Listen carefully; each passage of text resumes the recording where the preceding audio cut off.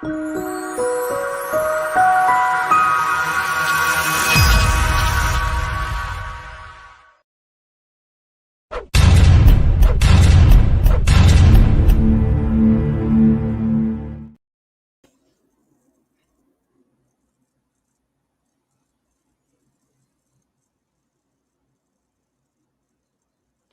pessoal, sejam bem-vindos a mais uma live aqui no canal Espiritismo Kardec. Eu estou aqui com o José Fernando, que ele é professor de filosofia. A gente vai falar um pouco sobre o Espiritismo e a ciência, né? O Espiritismo é uma ciência, né? Podemos comentar algumas questões relativas a isso, né? Então, José, se apresente para o público.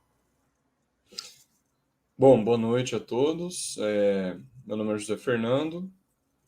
Eu venho estudando Espiritismo há algum tempo, né? Estudando propriamente a obra de Kardec há uns 6 anos. Mas sou espírita desde berço, né? Desde pequeno. E a gente vem percebendo algumas coisas sobre a obra de Kardec e sente a vontade de falar, né? Comunicar para as pessoas.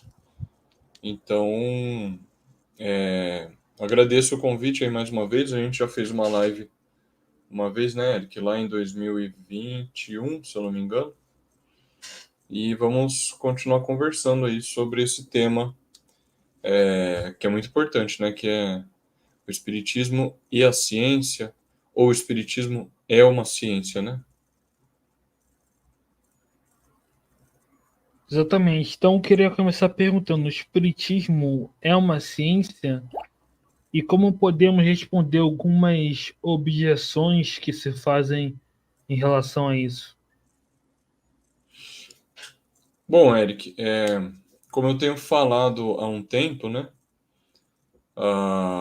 para mim, eu venho me convencendo cada vez mais de que sim, o Espiritismo é uma ciência. É um pouco estranho isso para as pessoas, é claro, aos não espíritas e aos espíritas também. É um pouco estranho dizer isso, porque as pessoas, por vezes, não têm muita clareza sobre o porquê o espiritismo é uma ciência, ou acabam que não levam a sério essa afirmação de Kardec, não é? De que o espiritismo é sim uma ciência. Claro, gera um estranhamento, porque para a sociedade no geral, para as pessoas, sobretudo aqui no Brasil, o espiritismo é considerado uma religião. Então, causa estranhamento porque, sobretudo, o espiritismo ele tem como seus dois princípios fundamentais, não apenas, mas a gente poderia dizer que esses são os dois principais, que é a existência de Deus e a imortalidade da alma. Então, é claro que gera estranhamento para muitas pessoas, né? Mas, como eu venho dizendo, eu ainda não terminei de ler a obra completa de Kardec, né? Então eu posso bater o martelo, dar uma opinião final com bastante conhecimento de causa, depois que eu terminar a obra completa. Mas os textos em que Kardec trata do tema, eu venho lendo, venho estudando. E eu venho me convencendo cada vez mais de que sim, o Espiritismo é uma ciência. A despeito do estranhamento que isso causa para as pessoas, né? Bom, como eu venho dizendo também, a gente precisa avaliar o mérito de uma obra pela obra em si, e não pelo que nós ouvimos falar sobre a obra, não pelo que nós ouvimos falar sobre uma doutrina ou outra. Por que eu estou dizendo isso? É muito comum, tanto os espíritas quanto os não espíritas, falarem sobre o espiritismo pelo que eles ouviram falar de terceiros. Ou seja, pelo que eles ouviram falar, como a gente diz, de segunda mão, certo? E não pelo que está propriamente nas obras de Kardec. Quando nós usamos a palavra espiritismo, ou ao menos é como eu entendo, quando eu me refiro a espiritismo, eu estou me referindo às 22 ou 23 obras, se a gente considerar o catálogo racional de Allan Kardec. Isso precisa ficar claro para as pessoas, porque quando fala espiritismo, as pessoas pensam, o centro espírita que eu frequentei há 5 anos, o palestrante X disse tal coisa, isso é espiritismo. Isso não é espiritismo, isso é o que o palestrante X disse sobre o que ele acha ser espiritismo. Aí como que a gente vai saber se isso de fato é espiritismo? A gente pega a obra, lê, estuda, confronta o que as pessoas dizem com o que está na obra de Allan Kardec. Lá estão definidos todos os princípios fundamentais da doutrina espírita, certo? Então, a primeira coisa que precisa ficar muito clara, existem duas coisas bem diferentes. Uma coisa é o movimento espírita brasileiro, outra coisa é espiritismo. O movimento espírita brasileiro, a gente pode considerar ele como sendo muitas coisas.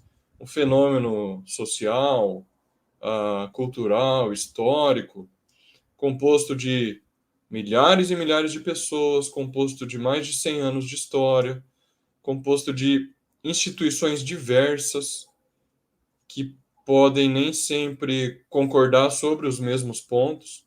Nós sabemos que muitas vezes as instituições espíritas divergem sobre vários pontos, porém, espiritismo é o que está nas obras de Allan Kardec. E lá está muito bem definido. Kardec, como nós sabemos, né, se esforçou muito para elucidar todos os pontos, deixar tudo muito claro, não deixar margem para dúvida, porque isso, segundo ele mesmo, garantiria a unidade do espiritismo no futuro. Nós precisamos refletir sobre isso.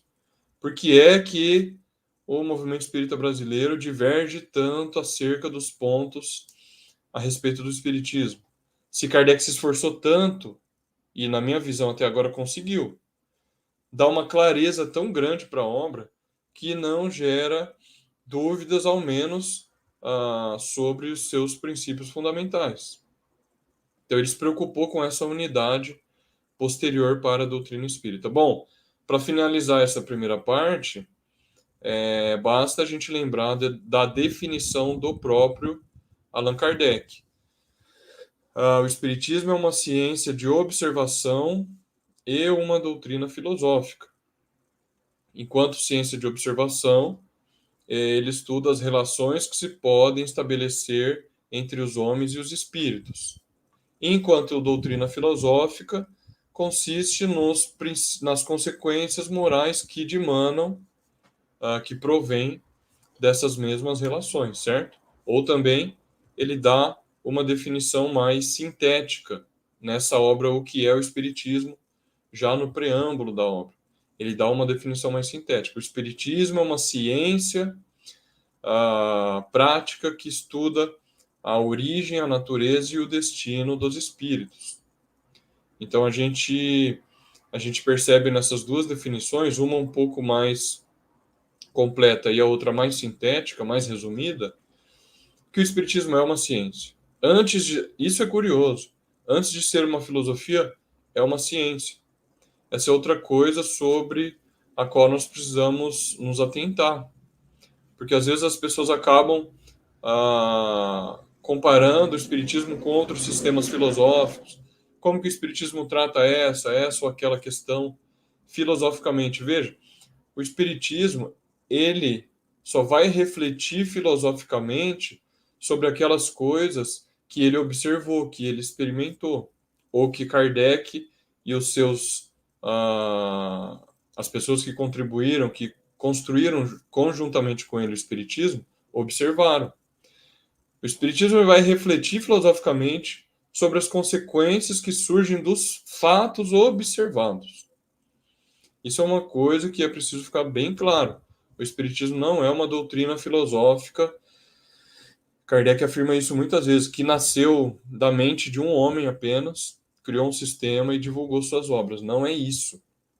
Primeiro surgiram os fatos, Kardec e as pessoas que trabalharam com ele observaram esses fatos, coordenaram os fatos, relacionaram, etc., para extrair daí as consequências filosóficas sobre esses mesmos fatos. Então, essas coisas que precisam ficar claras para a gente poder compreender bem o que é de fato o Espiritismo.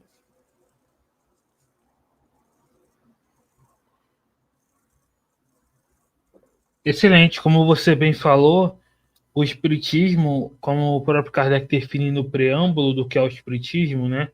Ele é uma ciência e uma filosofia de consequências morais, né? Ele não. Então, ele tem um método científico, ele é uma ciência no sentido geral, né? Ele não é uma ciência no sentido específico, como a química ou a física, porque não dá para trabalhar com os espíritos como se trabalha com a química, né? Porque os espíritos são seres livres, né? Que então é, o espiritismo se ligaria um pouco, talvez, às ciências humanas, né? Kardec chega até a usar o exemplo do zoólogo, né? O zoólogo não provoca o comportamento do animal, ele espera que aconteça. Então é diferente de tratar da matéria bruta, né? Quando se trata de seres uma ciência que trata de seres inteligentes, né? E você falou bem que o espiritismo é uma ciência que deriva uma filosofia, né? Que não é um sistema filosófico, é uma filosofia de uma ciência, como tem a filosofia da química, a filosofia da física. O Corre Massa chega a falar disso, né? E que tem um método, né? Que é o controle, que a gente vai falar daqui a pouco, né? O controle universal. Mas tem um comentário aqui, deixa eu colocar aqui na tela. A dona Ermelinda diz: Espiritismo não é ciência, não se aplica o princípio da falsabilidade, né? Como você vê isso, né? O Espiritismo estaria de acordo com os filósofos da ciência, como Popper, Kuhn, Lakatos e outros, né? Que o pessoal fala muito dos filósofos da ciência do século XX, mas esquece que teve coisa depois, no século XXI. Como você vê isso? Pois é. Primeiro, com relação à pergunta, ao comentário, né? É muito comum, às vezes, as pessoas utilizarem os filósofos da ciência como um argumento absoluto e final para decidir se uma ciência, se um tipo de conhecimento ele tem o estatuto epistemológico que se diz na filosofia, né, de uma ciência. Mas, na verdade, quando a gente olha para a prática, não é bem assim. Se hoje ou amanhã algum filósofo da ciência disser que a física não é uma ciência, os físicos pouco vão se importar para isso, percebe? Assim como os químicos, os biólogos. Existe um debate muito grande sobre o estatuto epistemológico das ciências humanas, né? Se são ciências, se não são. É evidente que não são aos moldes das ciências naturais, né? Tem seu objeto particular diferente também. Mas se os filósofos da ciência chegarem à conclusão de que a sociologia, a antropologia não são ciências, esses conhecimentos que se pretendem científicos vão continuar realizando sua prática científica e cada um vai poder avaliar por si mesmo, avaliando aquele conhecimento, se ele é científico ou não, percebe? Então, é muito comum utilizar o Popper, porque o Karl Popper, que é o criador desse conceito do falseacionismo está que tá se referindo aqui no comentário, é muito comum as pessoas utilizarem o argumento do Popper como argumento final para decidir se tal conhecimento é científico ou não. Veja, esse debate ele foi muito comum na ciência, sobretudo ali na primeira metade do século XX, foi muito comum na filosofia da ciência, que é o chamado problema da demarcação. O que é o problema da demarcação? Você traça uma linha, você tenta traçar uma linha e dizer, olha, daqui para cá é ciência, daqui para cá não é. Daqui para cá é a ciência, daqui para cá é pseudociência, por exemplo, seja lá o que signifique pseudociência. Então, esse era um problema sobre o qual o Popper ele se debruçou e, na visão dele, ele conseguiu estabelecer esse critério absoluto para definir se um conhecimento é científico ou não, segundo esse critério da falseabilidade. O que é esse critério da falseabilidade? Uma hipótese, para que ela seja científica, ela deve ser falseável. Esse é o critério para uma hipótese ser científica. O que isso significa?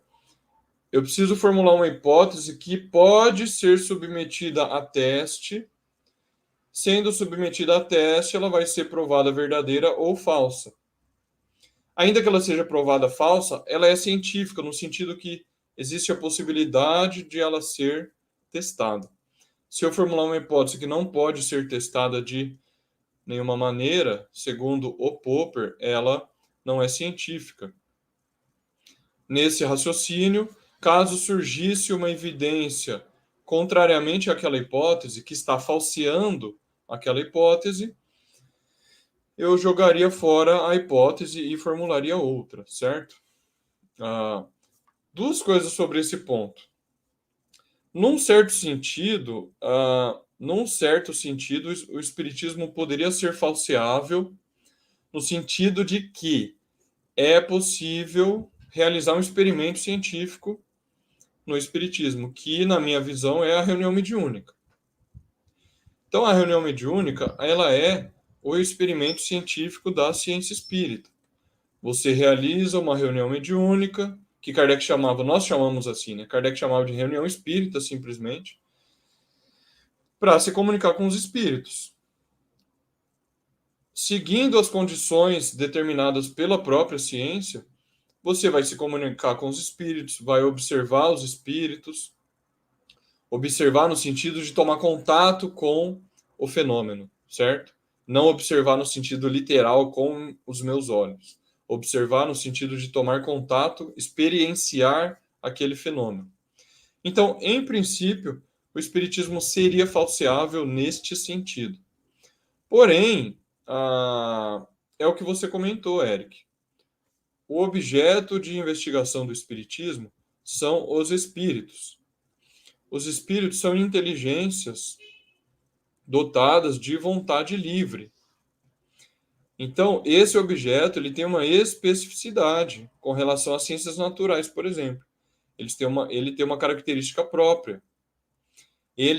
Os espíritos não são como a matéria inerte, que pode estar sujeito à experimentação à vontade do experimentador.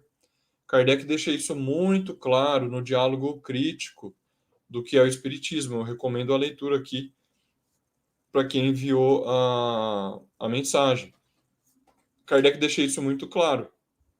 Você não pode fazer um experimento ao modo das ciências exatas, ele chama, né? A física ou a química. Porque num experimento dessas ciências, os elementos, os materiais estão à sua disposição no laboratório. Portanto, você pode experimentar à vontade. Com o espiritismo ocorre de maneira diversa. Os espíritos não estão à nossa vontade, certo? Como eles são seres inteligentes dotados de vontade livre, é preciso que o espírito queira se comunicar com um determinado grupo, com determinadas pessoas. E ocorre muito frequentemente, é isso que precisa ficar claro para as pessoas, ocorre muito frequentemente de o espírito não querer se comunicar pelo simples fato de que aquele grupo está tentando colocar à prova a existência do espírito. Ou seja, isso foi uma situação constatada pela observação dos fatos. Kardec constatou isso. Grupos que já têm, em geral, já têm um preconceito, já têm uma ideia pré-concebida sobre o espiritismo, já o consideram falso, aí eles vão fazer um experimento, vão fazer a reunião mediúnica para se comunicar com os espíritos e querem submeter os espíritos à prova dessa maneira. Muito provavelmente não vai ocorrer, porque, sobretudo, os espíritos superiores, Kardec vai colocar, eles não vão ficar sujeitos a pessoas que querem os colocar à prova, pelo motivo de que eles têm coisa mais importante a ser feita, certo?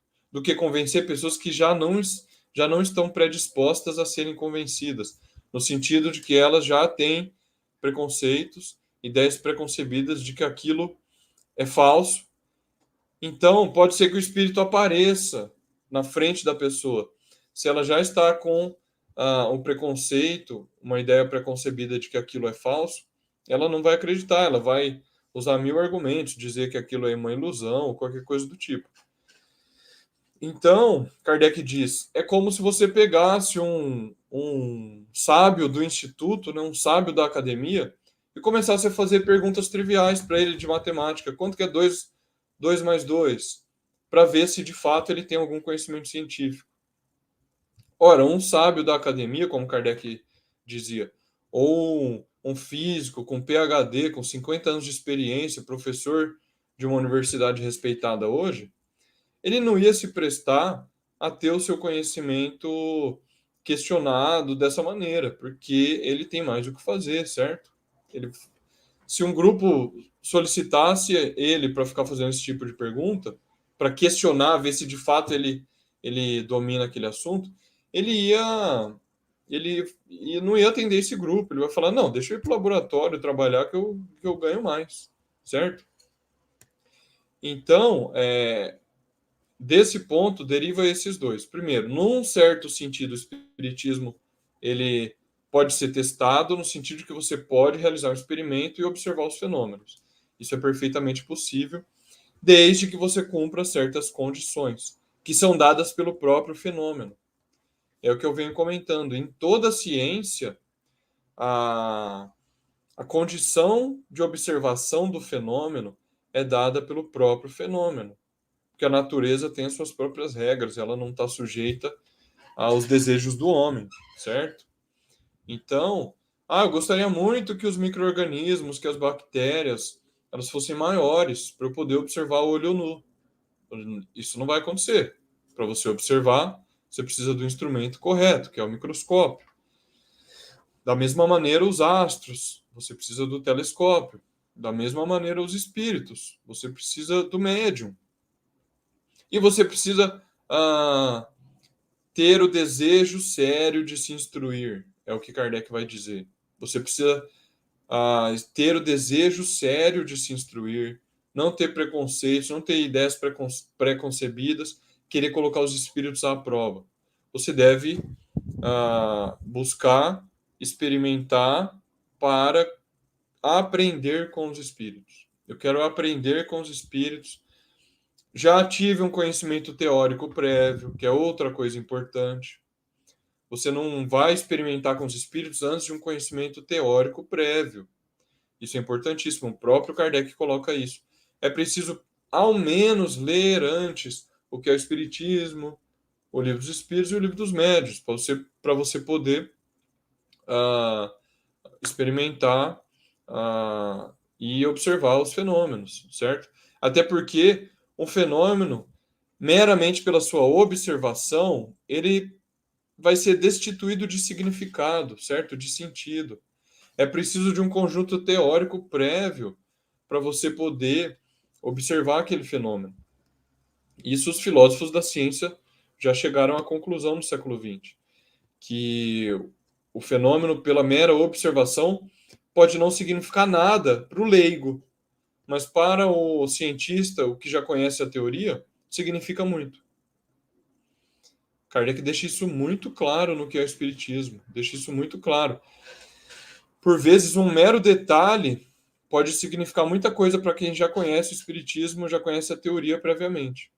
Agora, para a pessoa que está experimentando e que não tem esse conhecimento, não vai significar nada. Ela vai olhar as duas pessoas olhando para o mesmo objeto, com a sua estrutura biológica da visão exatamente iguais, vão olhar para o mesmo objeto, vão retirar significados diferentes dali.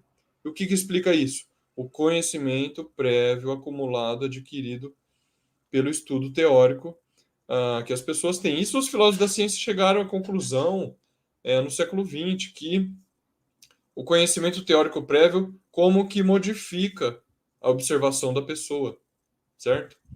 A observação. Então, para finalizar a resposta, mesmo o falseacionismo, ele acabou, ao longo do tempo, sendo deixado de ser utilizado no sentido de um critério absoluto de demarcação entre o que é ciência e não ciência, certo? Por quê? Ele encontrou tantos problemas que os filósofos da ciência falaram, não, é muito difícil a gente conseguir separar de forma clara o que é ciência de não ciência. É muito difícil. Um dos problemas enfrentados é o seguinte: caso a ciência fosse agir da maneira que o Popper coloca, você formular uma hipótese e jogar fora essa hipótese quando confrontada com a primeira evidência em contrário, não haveria desenvolvimento científico como houve na história da ciência. Muitas descobertas científicas foram realizadas porque os cientistas foram cabeça dura, entre aspas, e insistiram com aquela hipótese. Até que um dia ela conseguiu conquistar evidências o suficiente para suportá-la. Se em dado momento não tinha essas evidências suficientes, a hipótese ficou guardada lá por muito tempo na gaveta e depois foi mostrada a verdadeira. Isso é o caso da deriva continental, que é a explicação lá das placas tectônicas. O pessoal da geologia, da geografia conhece bem isso. Passaram-se décadas no século XX até essa hipótese ser aceita e ter evidências suficientes para ser provada verdadeira. O Alan Chalmers, que é um livro que você conhece, né, Eric? Que eu sempre cito, ele não está aqui à minha mão agora, eu ia pegar, que escreveu aquele livro, exatamente o que o Márcio está citando agora, o que é ciência afinal. O Alan Chalmers deixa isso muito claro. Ele diz o seguinte, olha, no mais das vezes, quando nós olhamos para a prática científica, o cientista formula uma hipótese e vai testar no laboratório. Muitas vezes, o teste falseia a hipótese dele. O que ele faz? Ele joga fora a hipótese e formula uma nova, completamente diferente? Não. Ele pensa, bom, eu não devo ter realizado o experimento direito, ou eu estou com sono, estou cansado, vou fazer amanhã de novo. Aí ele muda um negocinho no experimento. Isso é muito curioso. Ele muda uma coisinha no experimento, aí não dá o resultado esperado ainda. Aí no outro dia ele muda de novo. Veja, até o experimento como que se encaixar com a hipótese que ele estava formulando, certo? Não é que o cientista está torcendo a realidade dos fatos para se encaixar na hipótese. Não é isso. É que muitas vezes na própria prática científica é que o cientista ele vai conhecendo melhor o experimento, conhecendo melhor o próprio objeto com o qual ele está experimentando. Às vezes é preciso calibrar o instrumento que ele está utilizando, seja o microscópio, telescópio ou a infinidade de instrumentos que existem na ciência, certo? Isso, curiosamente, ocorre com o espiritismo também. O próprio médium, ao longo do tempo, vai se conhecendo, vai conhecendo melhor a sua própria faculdade. Inicialmente, ele pode achar que tem só a faculdade da vidência, depois ele descobre que não, que ele é um médium audiente também. Ou ele pode achar que inicialmente ele é um médium apenas de psicofonia, de dar comunicações faladas. Depois de um tempo, ele descobre que ele é médium psicógrafo também, que dá psicografia, texto escrito. Então, o médium e os experimentadores, que são as pessoas ao entorno do médium, que estão contribuindo para realizar o experimento, também vão conhecendo esse instrumento da mediunidade com o tempo. Mas isso só vem com o tempo, de forma continuada, é que você vai poder ir aprimorando o experimento para como que aquele fenômeno ir se revelando de forma cada vez melhor. Então, eu diria que não dá para a gente usar o critério do falseacionismo do Popper como se fosse uma coisa absoluta, certo? Inclusive, hoje em dia, o debate na filosofia da ciência com relação à pseudociência, eles não estão tratando nem muito desse problema da demarcação. O pessoal que estuda pseudociência está tratando mais da questão, por exemplo, da ciência como um fenômeno social e político, dos interesses econômicos que existem numa ciência, um tipo de conhecimento que tem todo o caráter de um conhecimento científico, só que por trás tem um interesse econômico ali. Como é o caso que o pessoal que estuda isso dá, é o caso do tabaco, né? A indústria do tabaco financiou, ao longo do século XX, diversos estudos científicos que tinha o perfil de um estudo científico. Você não conseguia diferenciar esse estudo do que não recebia o financiamento por trás, e, no entanto, tinha financiamento para defender um certo ponto de vista. Então, hoje, os estudos sobre pseudociência vão mais nesse sentido, ao menos é o que eu conheço, né? Não, exatamente, exatamente. O falsificacionismo ele não é absoluto, né? Até pelo o problema do Rankine, né? Se você, por exemplo, faz um experimento, né? Tem uma previsão e faz experimento e aquilo não acontece, você não tem como saber em que parte da teoria está errado, né? Por isso que você não abandona de imediato, né? Por isso que o Lakatos desenvolveu a questão do programa de pesquisa, né? Ou seja, você tem um cinturão protetor de hipóteses auxiliares, né, que protegem o núcleo firme, né? Então, não necessariamente o núcleo firme logo é abandonado, né? Você tem essas hipóteses auxiliares que não são hipóteses ad hoc, né? Porque podem ser testadas. E aí, só se o programa for degenerante que vai ser abandonado, mas tem um tempo para isso, né? O processo não é assim. Então, não é um critério absoluto, né? E enfim, ah, é como você falou, o espiritismo ele não pode ser replicado como um experimento simples da química, né? Trata de seres inteligentes. Mas até na física, por exemplo, não é assim de replicar de qualquer modo, né? Por exemplo, vou dar um exemplo aqui das ondas gravitacionais, né? Passou foi registrado em laboratórios diferentes poucas vezes, né, quando passou pela Terra, né? Não dá para reproduzir tudo, né, ao sabor do experimentador, né? Então, com o espiritismo não é diferente. E o Márcio falou aqui bem da, do livro, né, do Chalmers, que explica isso e explica todas essas questões, né? O Kardec Tube pergunta aqui se você conhece o trabalho do Silvio Shibene, que tem muita coisa dessa questão da filosofia da ciência. Você conhece? Eu conheço alguns artigos do Silvio, inclusive participei de uma live recente com o Césio, né? O Césio Santiago, acho que você deve conhecer, Eric, do Instagram Paradigma Espírita, né? E ele mencionou essa questão exatamente dos trabalhos do Silvio, né? Essas reflexões sobre filosofia da ciência e espiritismo, o Silvio ele é um dos pioneiros, né, aqui no Brasil, nos anos 80, ele já estava publicando coisas sobre essa relação. Ele, nos anos 80 mesmo, ele publicou no Consolador, que é uma revista espírita bastante conhecida, né, do movimento espírita. Ele publicou um texto relacionando o programa de pesquisa do Lakatos, que você comentou, e o espiritismo. Esse artigo ele se chama A Excelência Metodológica do Espiritismo, né? O próprio Silvio ele tem algumas reticências com relação a esse artigo dele hoje em dia, né? Eu sinceramente não saberia dizer se o espiritismo ele se encaixa perfeitamente no programa de pesquisa do Lakatos. Eu sinceramente não saberia dizer. Mas eu acho que essa ideia dos programas de pesquisa é boa para a gente poder compreender melhor como a ciência no geral funciona, né?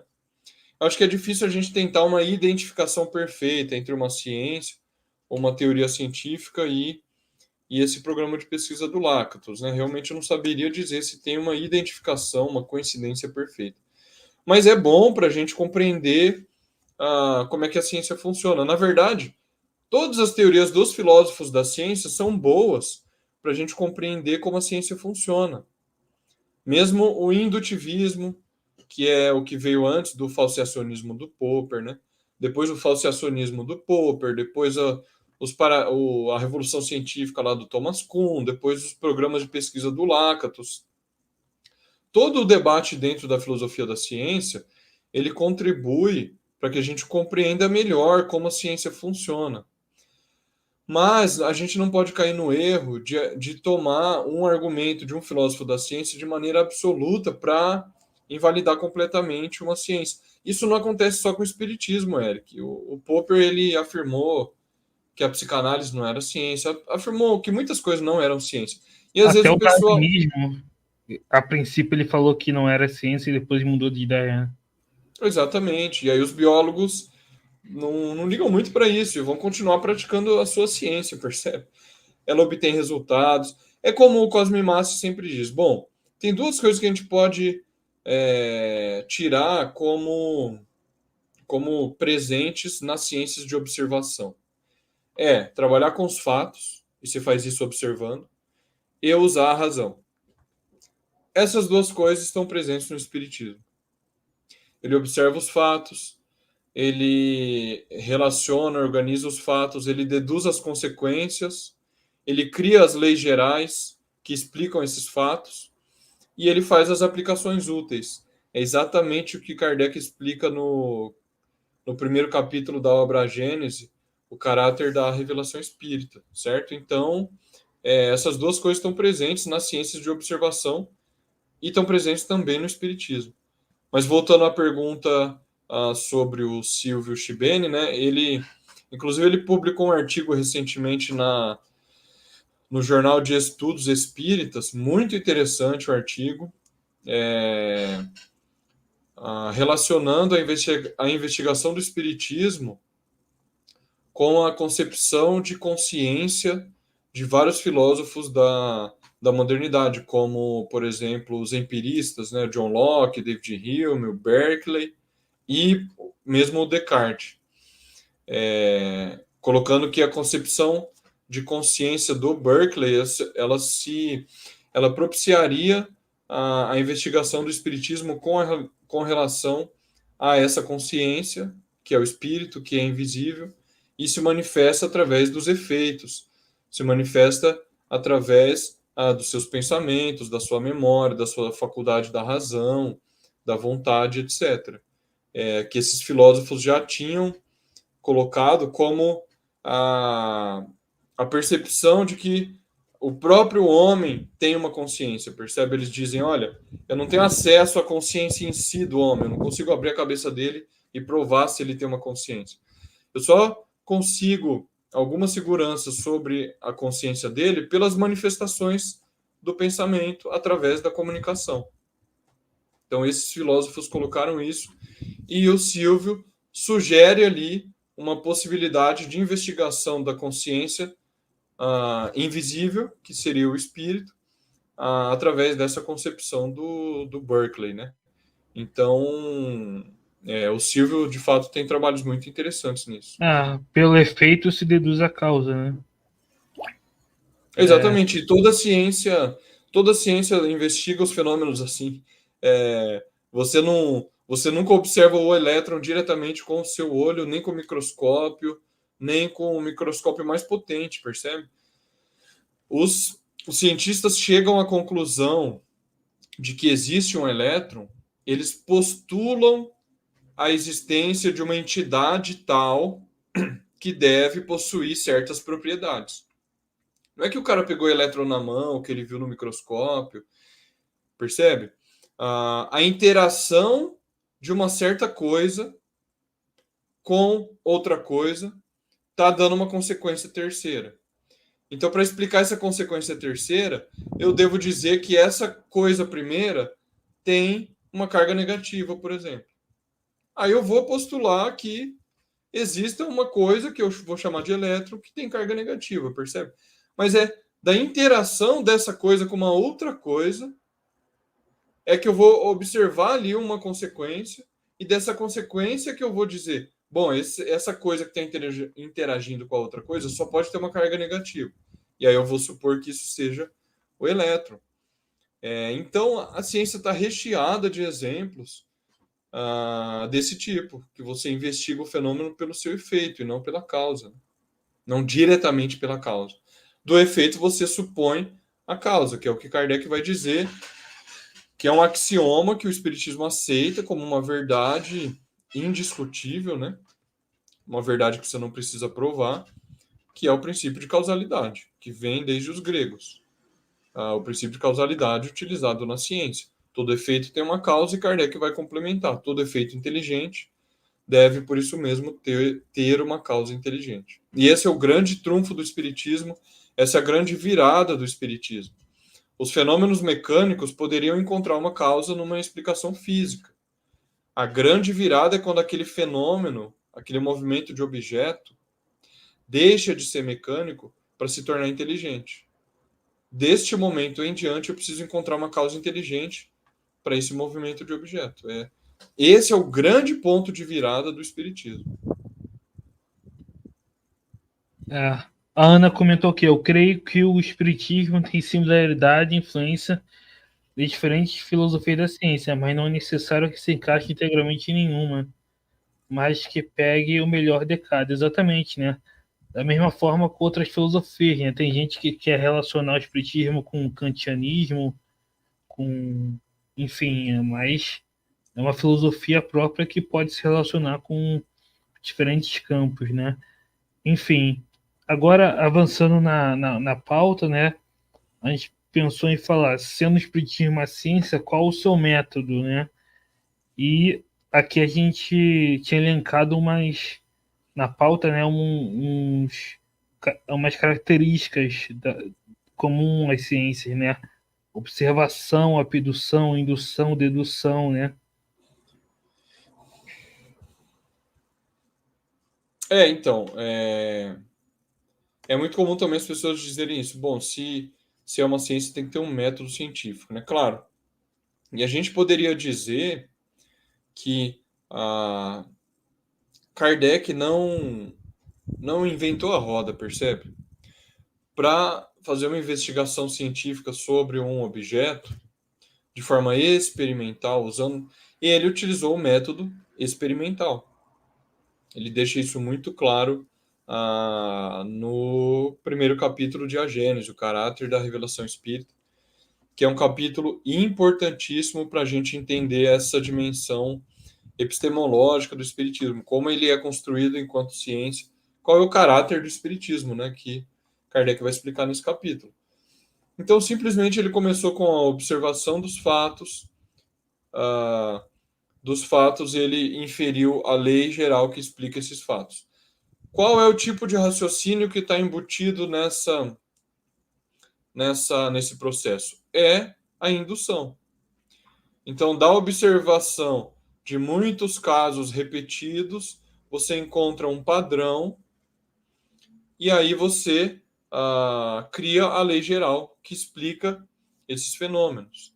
Kardec não tirou da cabeça dele os princípios e criou uma filosofia, como a gente estava dizendo. O Kardec,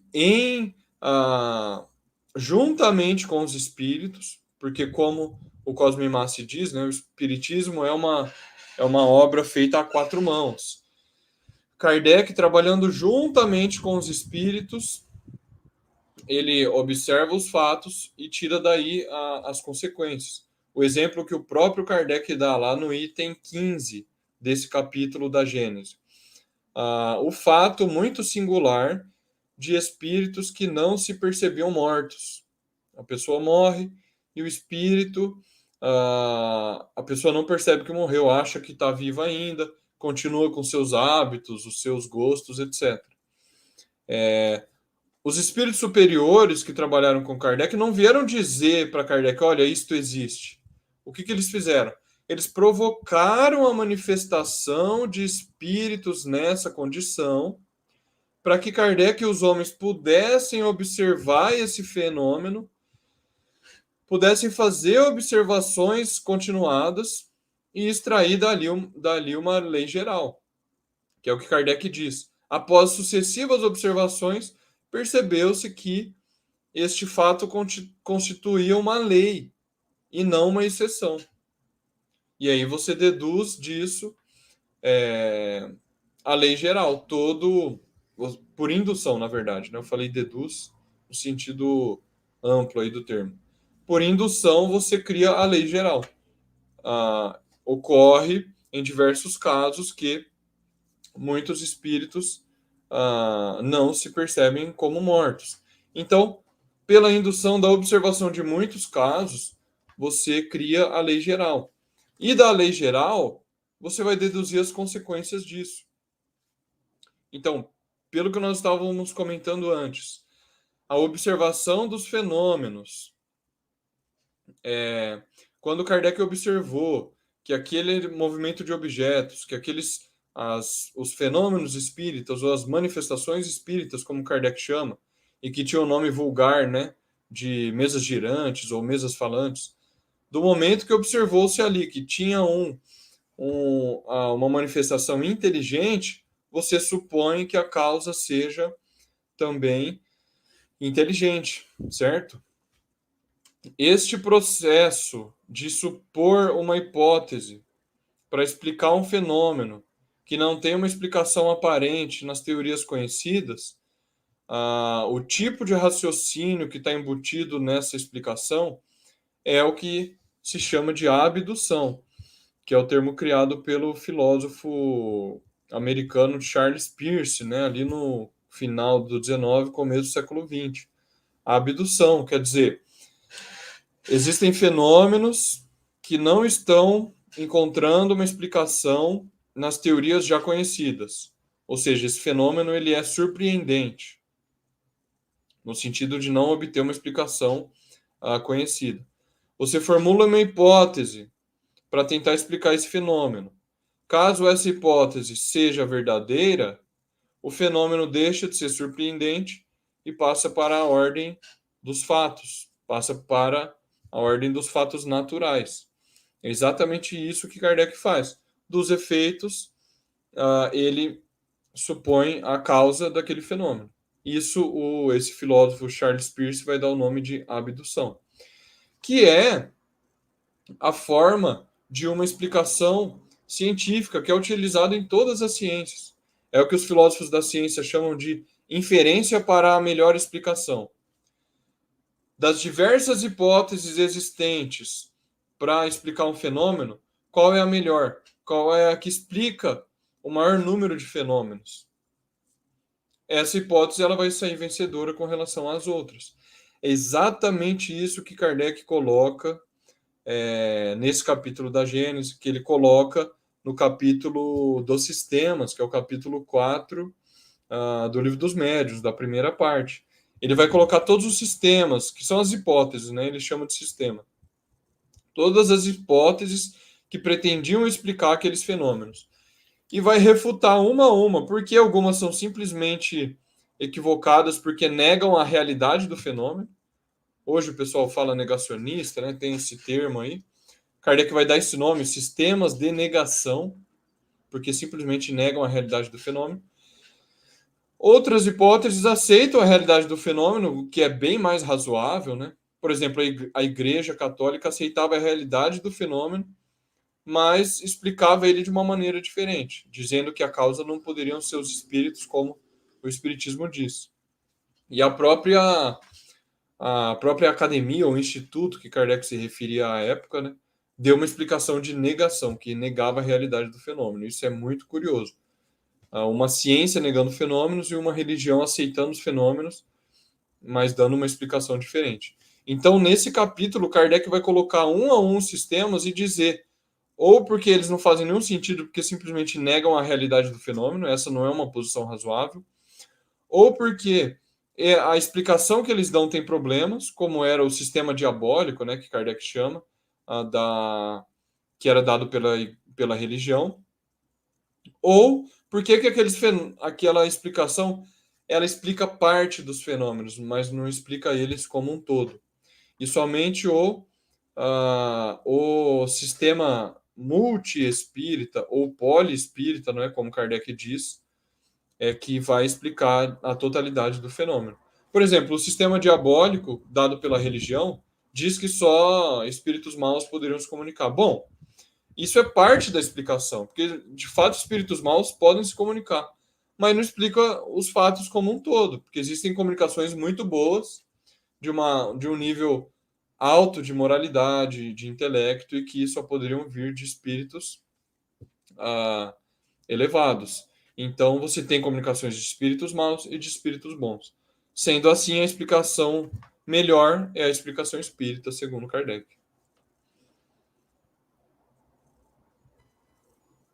Exato, da mesma forma com o sonambulismo, né? Tinham alguns que queriam explicar tudo pelo sonambulismo, e Kardec diz, né? Ou pela fraude, né? Kardec diz, a gente não nega a fraude, a gente não nega o sonambulismo, mas não dá para explicar tudo por isso, né? Porque muitas vezes o médium fala de coisas que nem ele mesmo sabe, que nem os presentes eles sabem que se deve a uma inteligência oculta ali, né? Então, o Exatamente. espiritismo é o único que explicava, abrangia toda a totalidade dos fenômenos, né? Isso que você comentou agora, Kardec vai citar muitos exemplos. Pessoas analfabetas que davam comunicações sobre ciência, sobre filosofia. Ou crianças que não poderiam tirar delas mesmas aquele conhecimento, dando comunicações de alto nível metafísico, filosófico, científico. Ou pessoas que não conheciam, que só conheciam o francês, dando comunicações em outras línguas. Então você precisa explicar melhor esses fatos, certo? Exato. O Márcio, ele pergunta aqui, né? Porque ele citou aqui a passagem da Gênesis, né? Que fala que o método pode ser aplicado à metafísica, no método científico.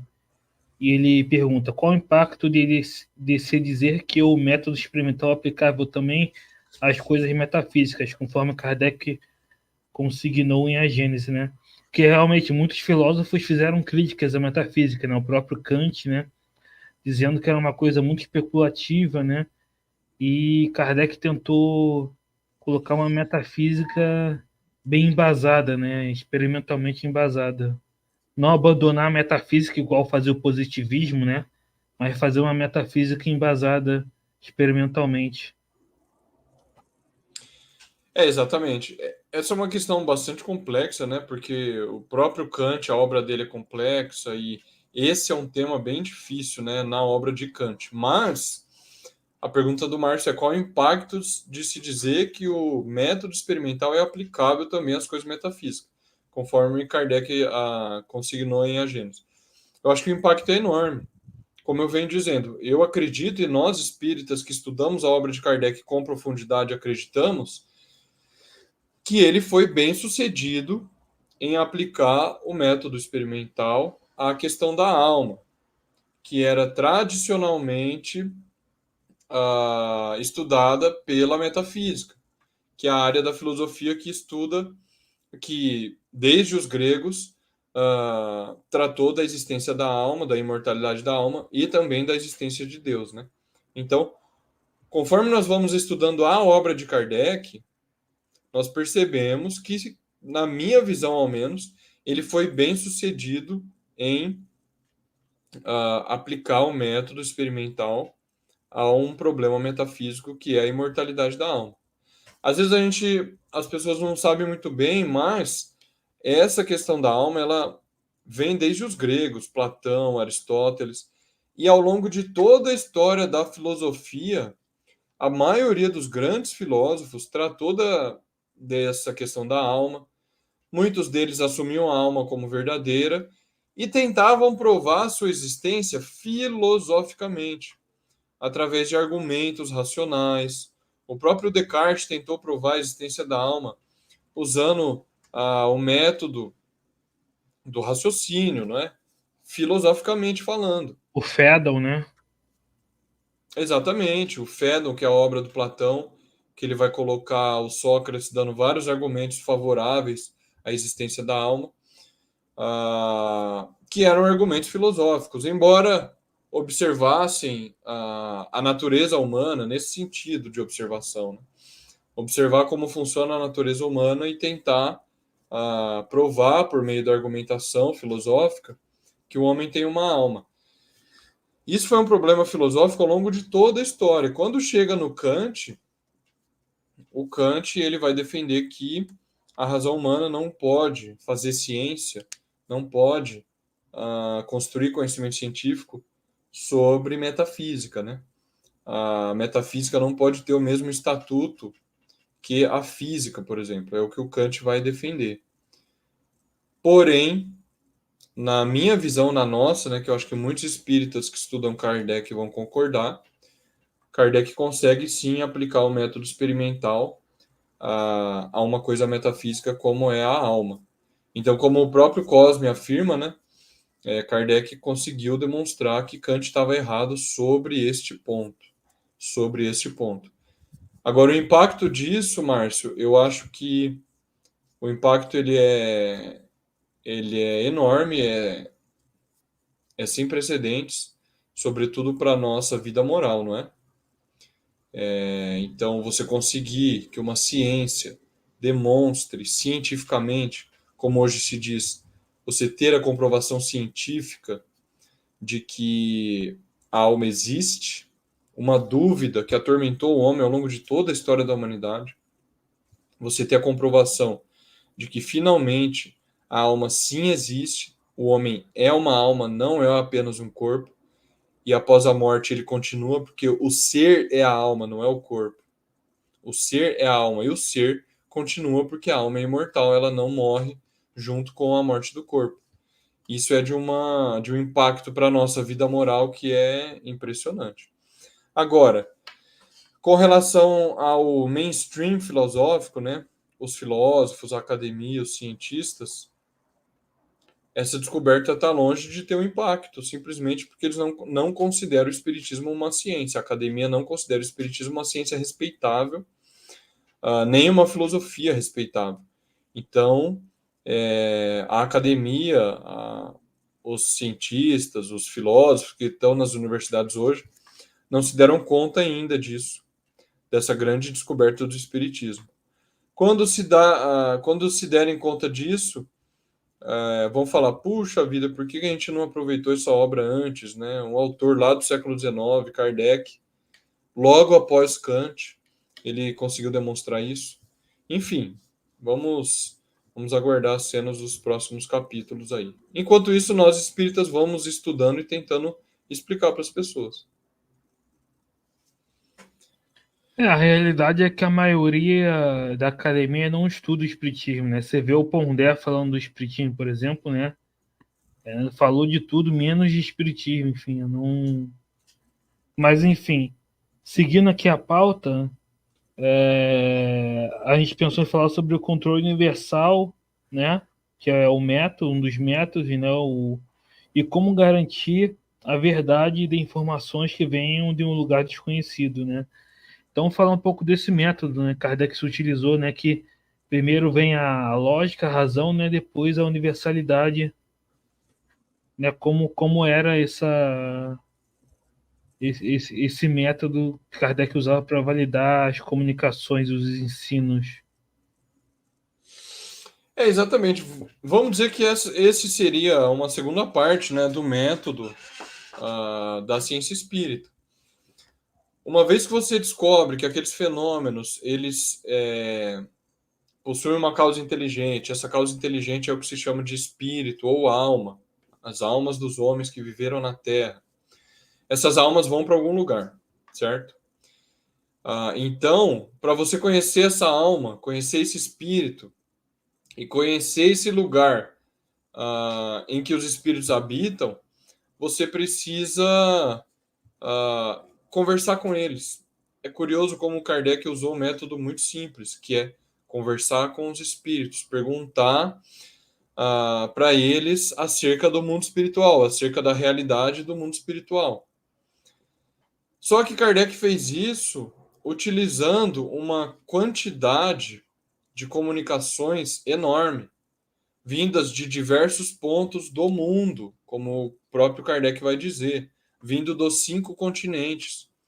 Ele recebeu comunicações, ele recebeu material, correspondência de pessoas que estavam entrando em comunicação com os espíritos de toda parte do mundo.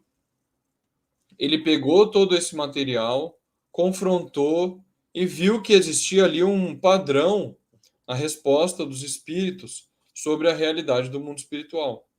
Como funciona o mundo dos espíritos? O que ocorre depois da morte? O espírito ele recobra prontamente a consciência após a morte, ou ele tem alguns momentos de inconsciência. Como é que é a volta do espírito ao corpo?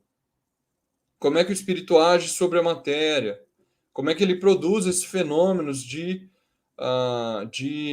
movimento dos objetos? Como é que ele se comunica através do médium? Todas essas questões acerca do mundo espiritual, Kardec perguntou para os espíritos e utilizou também o material recebido de outras partes do mundo acerca das mesmas questões e viu que existia ali uma concordância, que é exatamente isso que Kardec vai dizer. O controle universal do ensino dos espíritos consiste na concordância entre os diversos espíritos e na universalidade do ensino que eles dão acerca do mundo espiritual. Então, o ensino acerca do mundo dos espíritos não surgiu apenas de Kardec com o seu grupo perguntando sobre os espíritos, perguntando para os espíritos sobre o mundo espiritual.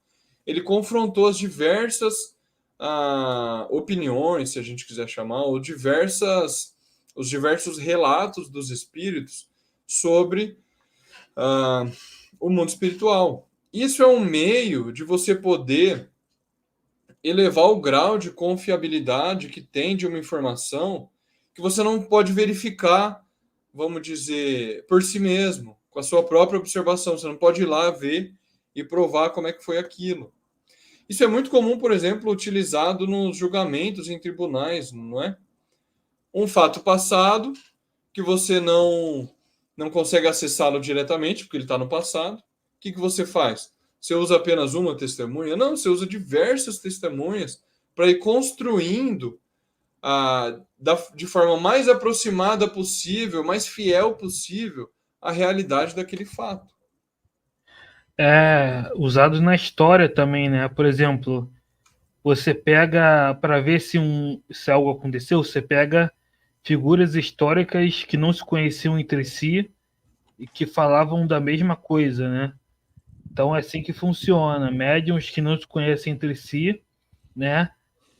Simultaneamente, lugares diferentes, falando a mesma coisa e não pode ter aquela influência, né? Então, isso dava uma garantia, né? Então, depois que Kardec descobriu que os espíritos existiam, ele percebeu, né? Os espíritos dão respostas diferentes, eles são de natureza diferente, né? Uns são mais elevados, outros menos, né? Como é que eu vou saber quem está falando a verdade, né? Então, ele, além de aplicar razão, aplicou essa universalidade do ensino, né? Ele até chega a usar, por exemplo, a analogia de imagina que a gente tem um outro país que a gente só pode se comunicar com carta, né? Aí a gente pergunta lá como é esse país, né?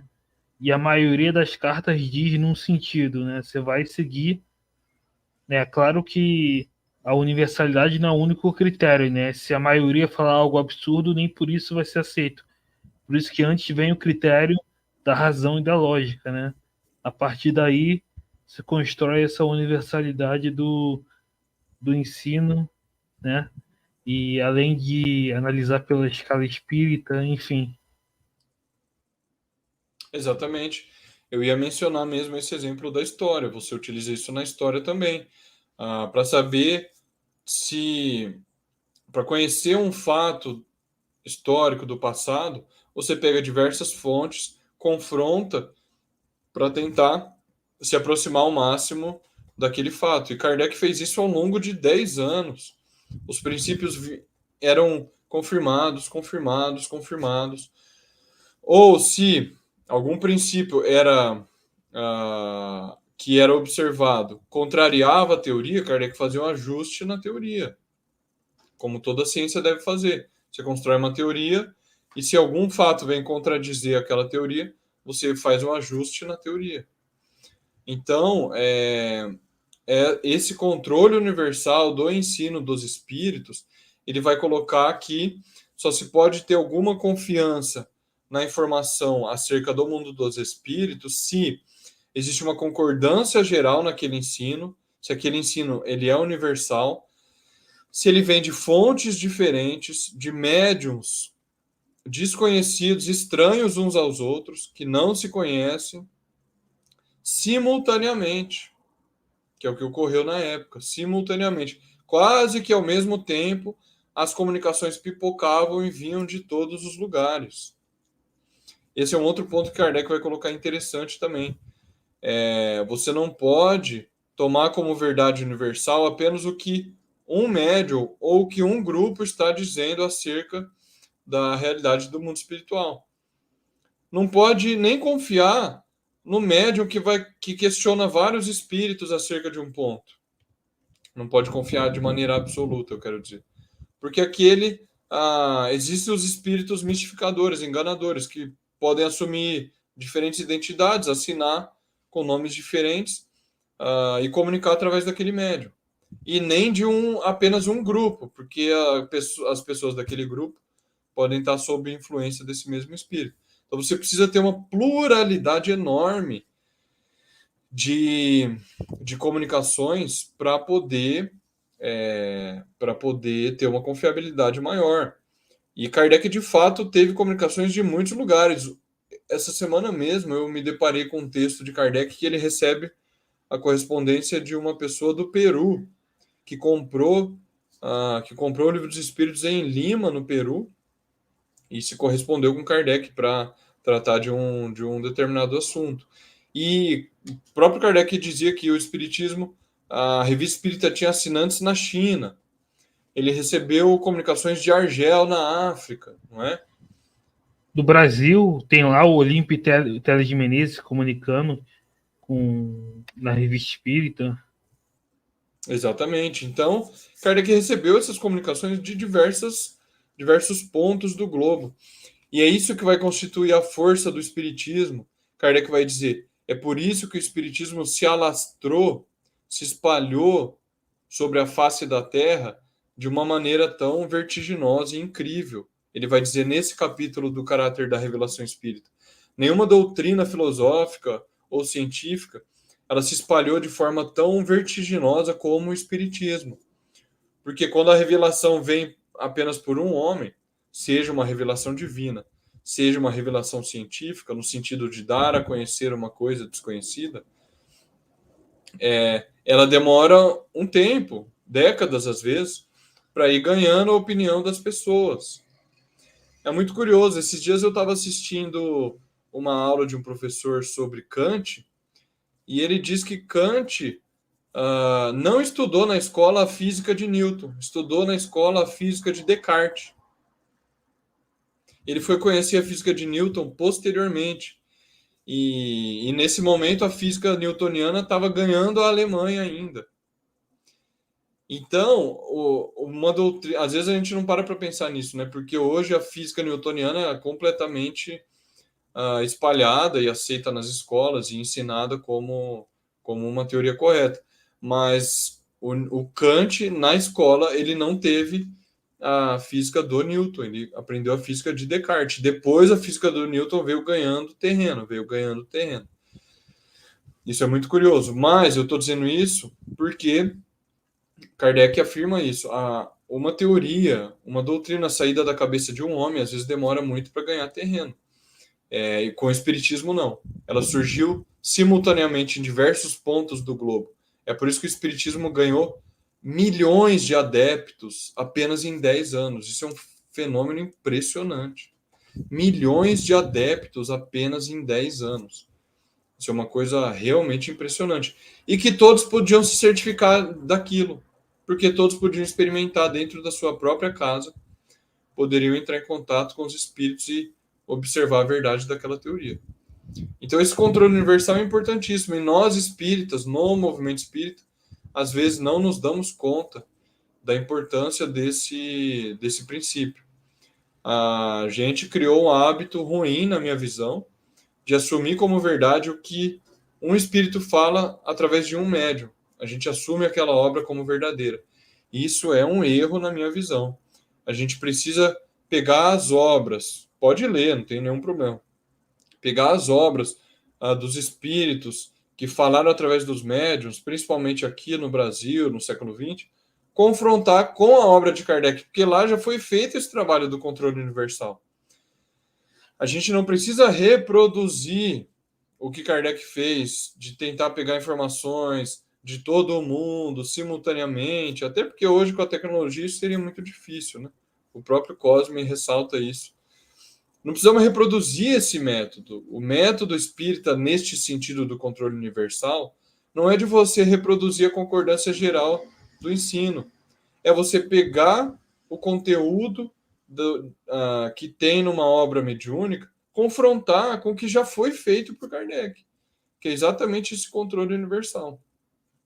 Os pontos que entrarem em contradição, você dispensa. Os pontos que tiverem concordando, você aceita como verdadeiros. Então, nós precisamos nos atentar muito a isso. E, às vezes, esse trabalho não é feito. Fernando, tem uma coisa interessante que você falou que todo mundo poderia verificar os fatos espíritas, né? Por eles mesmos nas reuniões familiares particulares, né? E isso não é feito hoje em dia por vocação, né? E eu sei que você participa de uma reunião familiar particular, né? Você poderia falar disso e incentivar as pessoas a criarem grupos familiares, né? Tem na Revista Espírita falando o lar de uma família espírita, tem outros artigos, né? Pois é. O grupo que eu participo, Eric, ele é um grupo de estudo. A gente estuda a obra de Kardec lendo, né? Lendo, usando o Kardecpédia no domingo à noite. Mas a gente, nesse grupo, não obtém comunicações mediúnicas. Eu já tentei formar um grupo, eu e minha mãe, um grupo para tentar obter comunicações, mas a gente acabou não dando sequência, por quê? Primeiro que eu moro em São Paulo, na capital, e ela mora no interior. E aí, então tem essa dificuldade que a gente estava tentando fazer o grupo online, né? Usando o Google Meet, esses instrumentos assim. Então a gente gravava as reuniões e depois tinha que transcrever. A gente precisava transcrever para poder analisar as comunicações, né? Chegamos a ter algumas comunicações. Mas, por questão de organização pessoal nossa, nós não estávamos conseguindo transcrever e a gente acabou abortando o plano e não demos sequência a isso. Mas eu tenho desejo de me reunir e poder experimentar o espiritismo, né? Porque a gente fica estudando a teoria e não vai para a prática. Eu tenho esse desejo, mas não consegui ainda formar um grupo para dar continuidade nesses estudos, né? É um plano que eu tenho ainda, mas fica aí o incentivo, né? Para que as pessoas possam formar dentro da sua família, as pessoas dentro do seu lar possam formar esses grupos mediúnicos para se comunicar com os espíritos. Kardec vai dizer, inclusive, que esses grupos têm uma vantagem, porque geralmente os elementos de uma família são mais homogêneos, têm interesses parecidos, têm gostos parecidos, de forma pragmática, tem até uma rotina parecida, além da comodidade de estar dentro de casa, certo? E já ter aquele laço que une a família, que já propicia, inclusive, obter comunicações de espíritos familiares, que naturalmente vão se ligar a essas pessoas pelo laço natural da família. Então, Kardec recomendava que as pessoas formassem grupos espíritas dentro de casa para se comunicar com os espíritos. É um erro do movimento espírita querer proibir reunião mediúnica dentro de casa. Isso é um erro.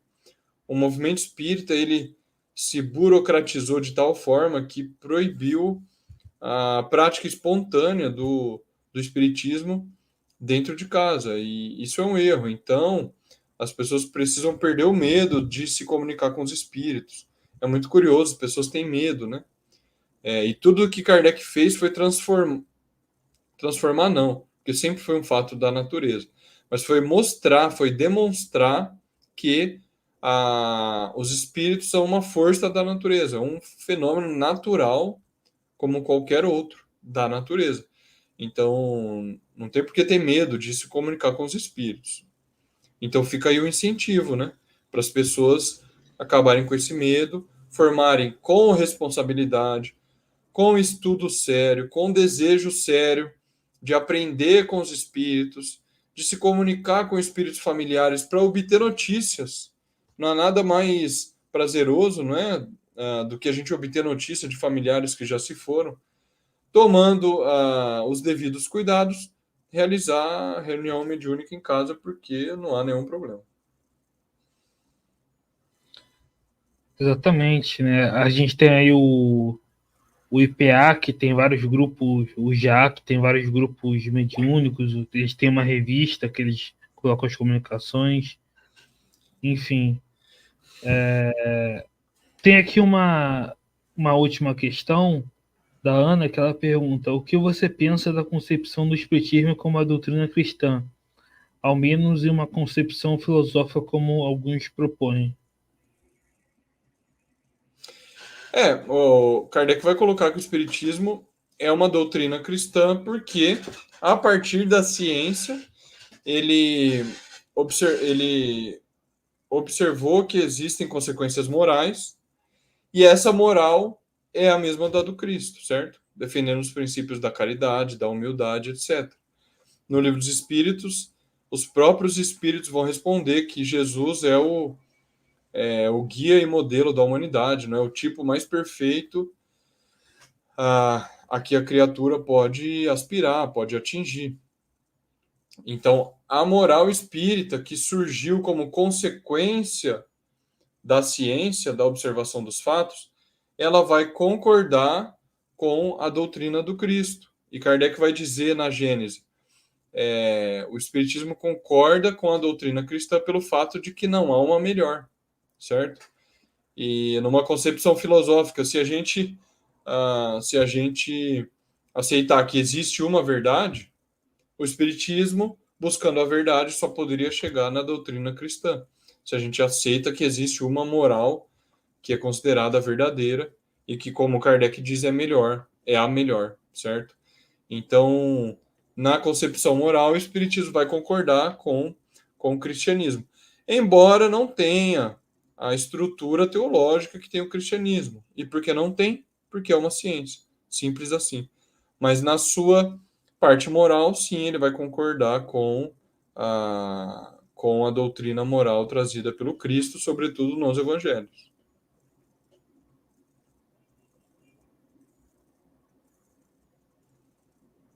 Exatamente, né? A Ana coloca aqui: agradeço a resposta. Perguntei porque alguns usam dessa concepção para justificar um espiritismo religioso. O Kardec Tupi diz: temos que criar um grupo nosso de estudo. Percebo que todos temos um objetivo em comum, né? Podemos sim criar e unir, né? Os grupos kardecianos, né? Que são poucos, a gente não pode ficar isolado, tem que se unir para se fortalecer. Enfim, Exatamente. Kardec Tube aí, que é a página do Michel, né, que também está no grupo do IDEAC, você conhece bem, né, o grupo do IDEAC, Eric, que a gente participa dos estudos. O Michel está lá também, e o Michel, ele conhece muito de Kardec, estuda, divulga. Ele é um entusiasta de Kardec, assim como nós. O entusiasmo refletido, não irrefletido, como Kardec coloca algumas vezes. exatamente. Enfim, quero agradecer a você, José, pela participação, foi excelente. Queria ouvir suas considerações finais.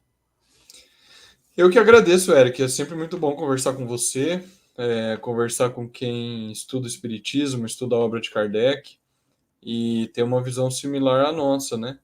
Eu não vou me cansar de dar parabéns a você pelo seu canal. É um canal incrível, dentre os primeiros aí canais espíritas do YouTube, sem dúvida nenhuma, canais sérios, né, que fazem trabalho sério, que buscam estudar a obra de Kardec, divulgar a obra de Kardec.